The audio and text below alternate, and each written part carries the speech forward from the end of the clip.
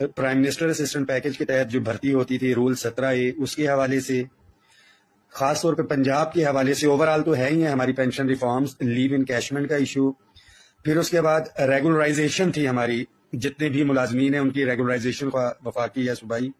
پنجاب کے حوالے سے اگر میں بات کرتا چلوں لیو انکیشمنٹ کی، پینشن ریفارمز اور ڈسپیرٹی کے حوالے سے،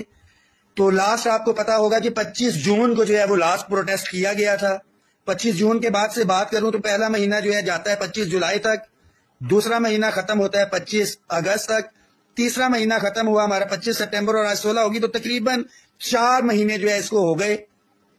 ہم نے ایک فری ہینڈ دیا تھا تاکہ ساتھیوں کو بھی پتا چل جائے، ایک شوق جو ہے وہ اپنا پورا کر لیں پنجاب کی لیڈرشپ اور جو ہمارے چیئرمین ہیں جن کو ہم نے منتخب کیا تھا، خالد جاوید سنگھیڑا صاحب، وفاق اور صوبوں کے ساتھیوں نے، مرکز نے مل کے، کیونکہ انہوں نے کہا کہ جی ساتھیوں نے کہ ہم پنجاب کے معاملات جو ہے وہ خود ہینڈل کریں گے۔ تو کس حد تک ہینڈل ہوئے یہ 4 مہینے، اور ڈیفینیٹلی اگر ایک مرض پھیل رہا ہو تو پہلے اس کا علاج کرتے ہیں، پھر الٹیمیٹلی آپریشن کرنا پڑتا ہے، اور اس کے لیے پنجاب کے لیے آپریشن کی سخت ضرورت ہے۔ 4 نومبر کی جو ہے ڈیٹ دی گئی ہے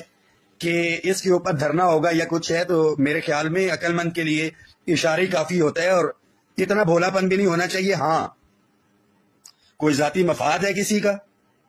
یا کسی مجبوری کے تحت کسی نے کہا ہے کہ جی کھڑے ہونا ہے، پھر تو یہ ایک علیحدہ سی چیز ہے۔ جب تک پنجاب کی چیئرمین شپ جو ہے وقتی طور پہ واپس نہ لی جائے